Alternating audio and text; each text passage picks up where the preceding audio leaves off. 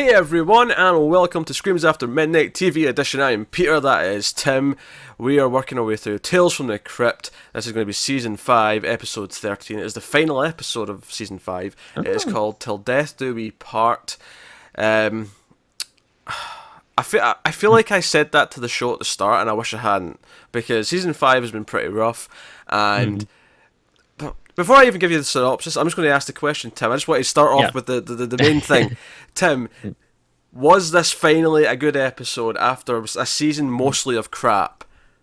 You know, I don't even have the energy to do my usual fake, like, oh my god, I loved it, just kidding, it sucked. Like, this was awful. Like, god damn it. And I was super depressed because this was one I'd actually seen recently, like maybe a year or two ago. I forget if I mentioned this before, but me and my former roommate, my good friend Todd, friend of the show, he's no friend of the show. Don't you put words in my mouth. If I'm saying he's a friend of the show, he's a friend of the show. Damn it. He had the Tales from the Crypt DVD set, and we did something. I think we only did it twice, but we did like Tales from the Crypt roulette, where we would roll some dice, and like the first dice would decide the season, and second one would be the episode. So we'd be like, oh, like blah blah blah, whatever. And I think we only did it twice because like the two episodes we watched, I remember one of them was this one, and the other one was, I think, that one with like the people scamming, pretending to be gypsies and then trying to scam the old guy who falls down the elevator. The con artist episode that wasn't the con artist episode from a few episodes ago. Yep. Yes.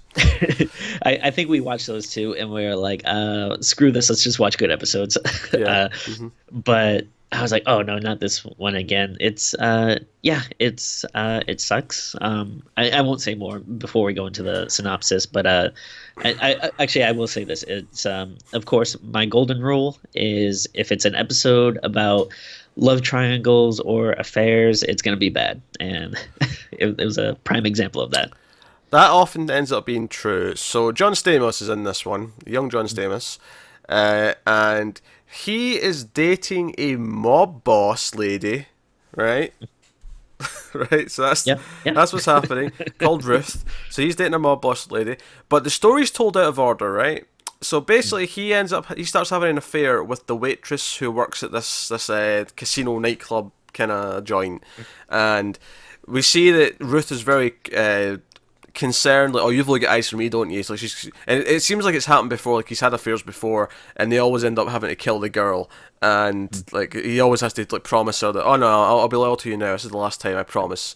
I will say maybe the one thing that I kind of liked was I feel like you don't see this often, where like a lot of times you'll have like some old shitty mob boss guy who, you know, basically has like some young hot girl at his side. And I thought it was interesting to kind of have the reversal of that, where like, oh, it's like she's a very tough older woman who, you know, is in charge, has a lot of power. And so, yeah, of course she's like, oh, I'm going to, keep this like young hunk of beef by my side. So I thought that was like a little interesting. But other than that, I mean, it's slightly interesting because they reversed the roles, but I think that's about it. I feel like in every other concern, like she's too stupid and gullible. In fact, they all are. But you know, it's just everything about it's just very cliched. Like, I can't really applaud it too much, but yeah, look, a little bit of credit for reversing the roles. Yeah, I mean, like in case you didn't know that these were like mob criminal types, like one of them literally says, "Forget about it." I think it's Sylvester Stallone's brother says that. Oh yeah, Frank Stallone. Yeah, he's there. As is Robert Picardo, who is on a Star Trek show, but he does not play Jean-Luc Picard. Even though he's balding, kind of like Patrick Stewart, and even though his name's Picardo, he's not Picard. I think he's the Doctor in like Voyager. He's the holograph thing. Sounds like a bad show if they didn't really explore that. They didn't explore that he's bald and he's named Picardo. Oh yeah. So the story's told out of order, and we actually start with like the two goons, which is Frank Stallone and Picardo. They're there, and they've got the waitress girl, Lucy, and they're like, and it feels like they're taking her out there to, like, you know, kill her in the woods, but they've also got a body with them as well.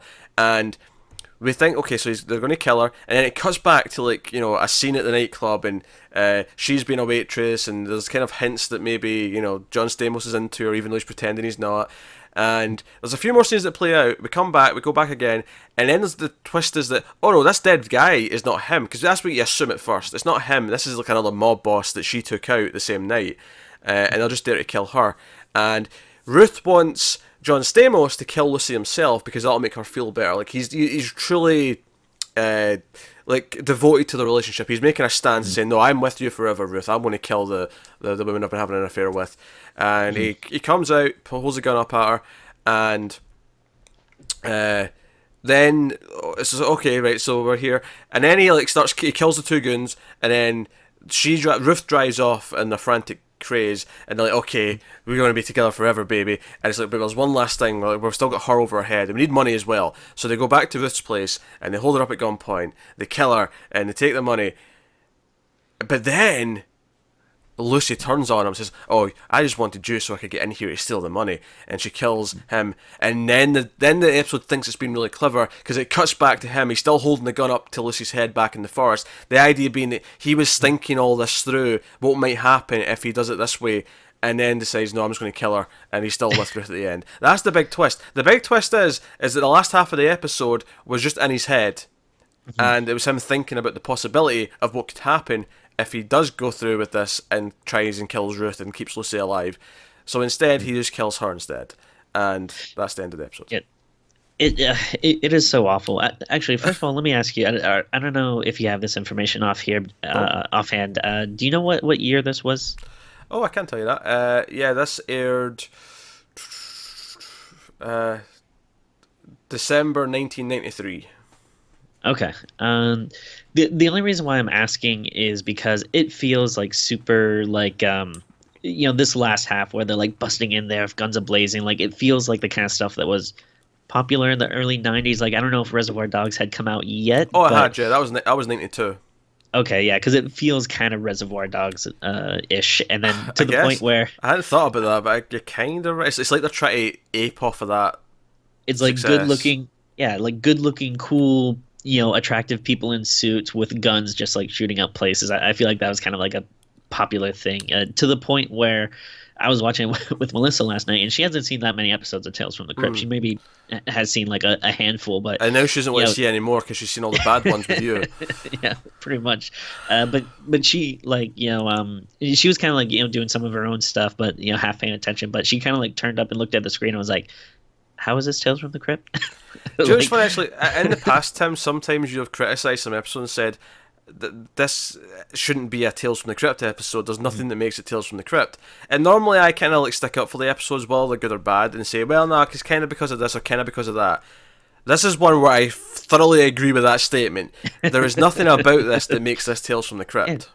Like, there's no, I guess maybe they're gonna try to call the ending a twist, but to me, I feel like that's kind of not a twist. It just seems more like a fake out, if or something. Like it's stupid, and yeah, it's like it's not clever.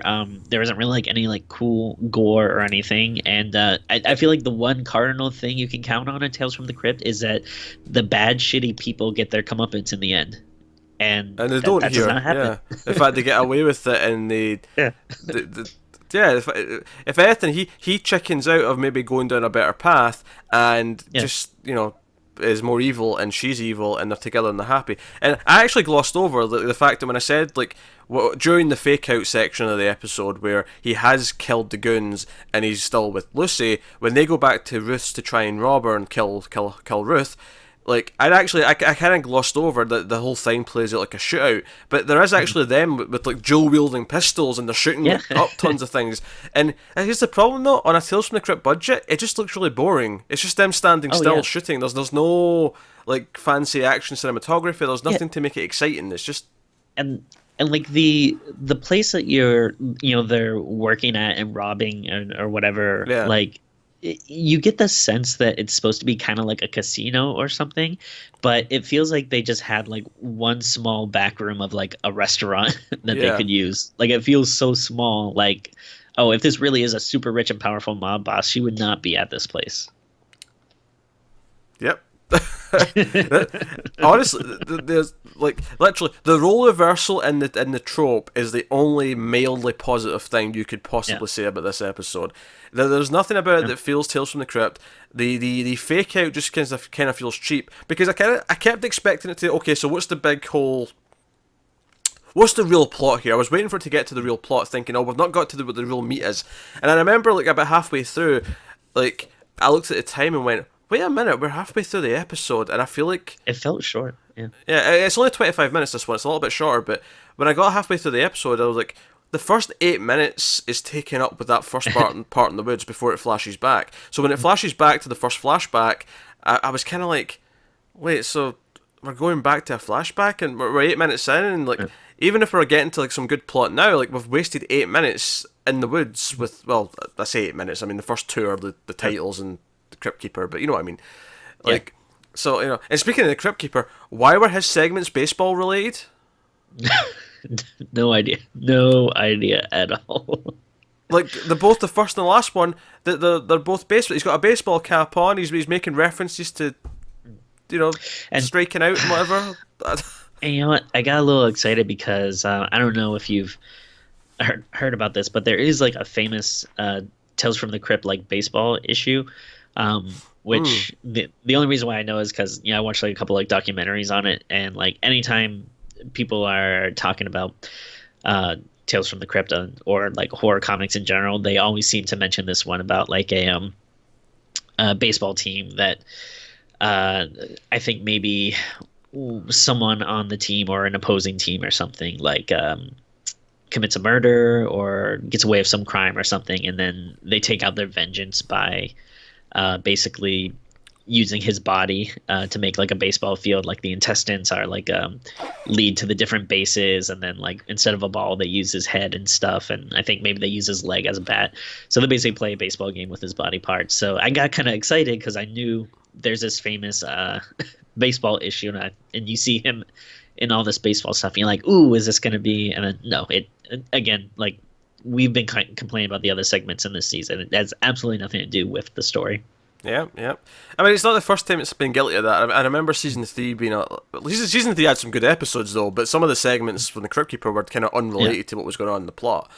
If the episode's good, you kind of forgive it. But yeah, it's like it's not a big deal, it's whatever. But like when nothing else is working either, it's like, well, why is this unrelated? Why is it not like mob boss stuff or like love triangle jokes? Actually, do you know what it is? It's because they've done so many love triangle episodes that there's no way they could think of more love triangle jokes, so they have to just pick something at random.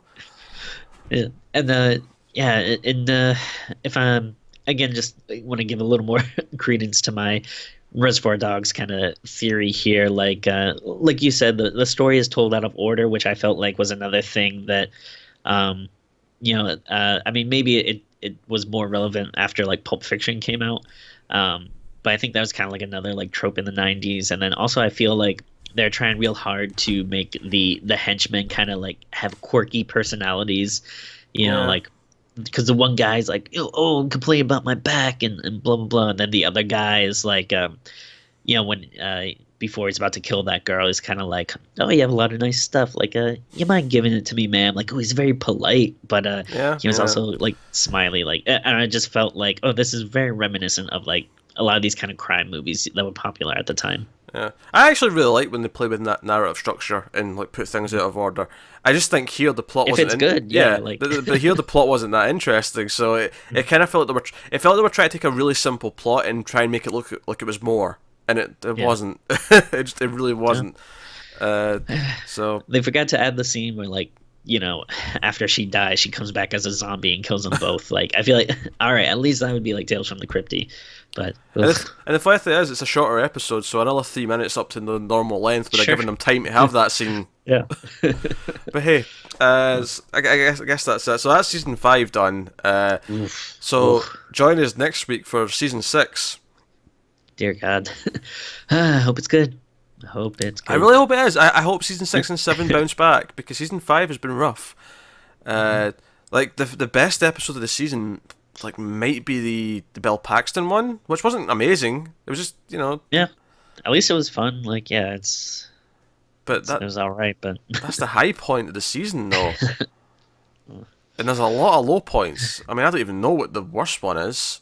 I kind of like that frat one too, Oh, but the those ending, two, the ending is kind of weird, but yeah, I liked a lot of it. Yeah, that's fair. yeah, but yeah, I mean, in obviously like 13 episodes, it's not like super long season, but to really only have two that we can say were like okay is pretty rough. Oh, to be fair, actually, I'm forgetting a couple of two for the show was okay. That was the guy covering up his wife's murder on the train. Um, Oh yeah, okay, okay. Creep Course was okay.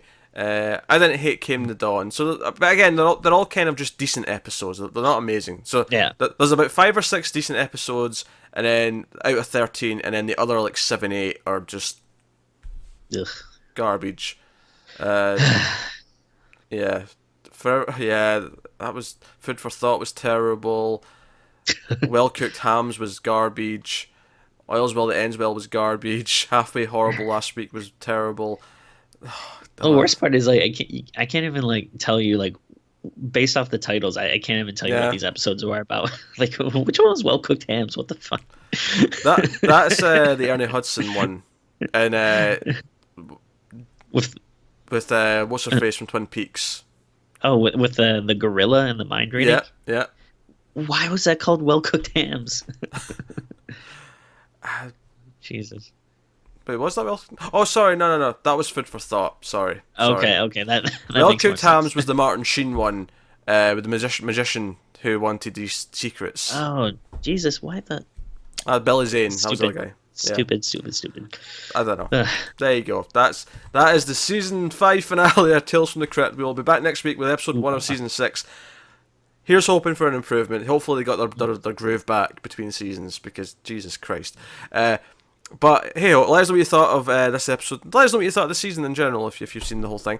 In the comments below, like, subscribe, all that stuff. Get us on the Twitters at mailed_fuzz for channel updates. If you want to support the channel, head over to patreon.com/mailedfuzztv. You can get a link to that in the description, but otherwise that is us. So thank you once again for watching. Keep watching Scary TV, and we'll see you next time.